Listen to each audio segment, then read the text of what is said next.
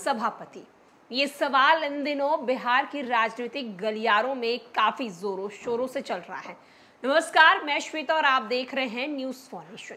देवेश चंद्र ठाकुर के बाद अब लगातार चर्चाएं तेज हो गई हैं कि बिहार विधान परिषद का सभापति कौन होगा। देवेश चंद्र ठाकुर लोकसभा के सांसद हो चुके हैं।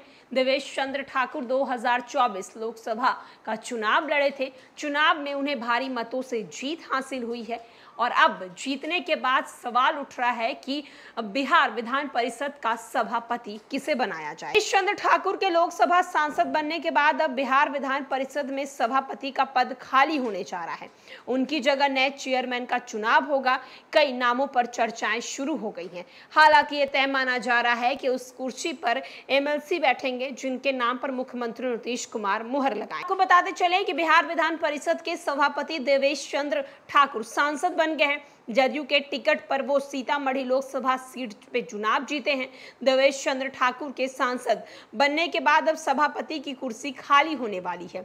इसके लिए कई नामों की चर्चा तेजी से हो रही है। हालांकि बीजेपी के पास विधानसभा अध्यक्ष की कुर्सी, ऐसे में विधान परिषद के सभापति की कुर्सी जदयू के पास रहेगी। जिन नामों की चर्चा है उनमें जदयू के वरिष्ठ विधान पार्षद रामवचन राय नंबर 1 पर है। गुलाम गोस के नाम की भी चर्चा है। गुलाम गोस मुस्लिम वर्ग से आते हैं। विधानसभा चुनाव से पहले नीतीश कुमार गुलाम गोस को सभापति बनाने का एक मैसेज भी दे सकते हैं। इसके अलावा संजीव कुमार सिंह और नीरज कुमार के नाम की चर्चा हो रही है। दोनों लंबे समय से विधान परिषद के सदस्य हैं। नीरज कुमार जदयू के मुख्य प्रवक्ता भी हैं। नीतीश कुमार के खास भी माने जाते हैं। नीतीश कुमार के नजदीकियां एमएलसी संजय गांधी का कहना है कि विधान परिषद के सभापति की कुर्सी पर योग्य व्यक्ति को ही बैठाया जाएगा। नीतीश कुमार जो भी फैसला लेंगे पार्टी के नेता मानेंगे। जदयू के पास से विधान परिषद की कुर्सी रहेगी। इस पर संजय गांधी का कहना है कि यह फैसला नीतीश कुमार करेंगे। देवेश चंद्र ठाकुर सांसद बन गए हैं तो त्याग पत्र देंगे। इसके बाद पद खाली हो जाएगा। कौन बनेगा इसका तय नीतीश कुमार करेंगे। वहीं कैंडिडेट देंगे, जो सही होगा उसे ही बनाया जाएगा।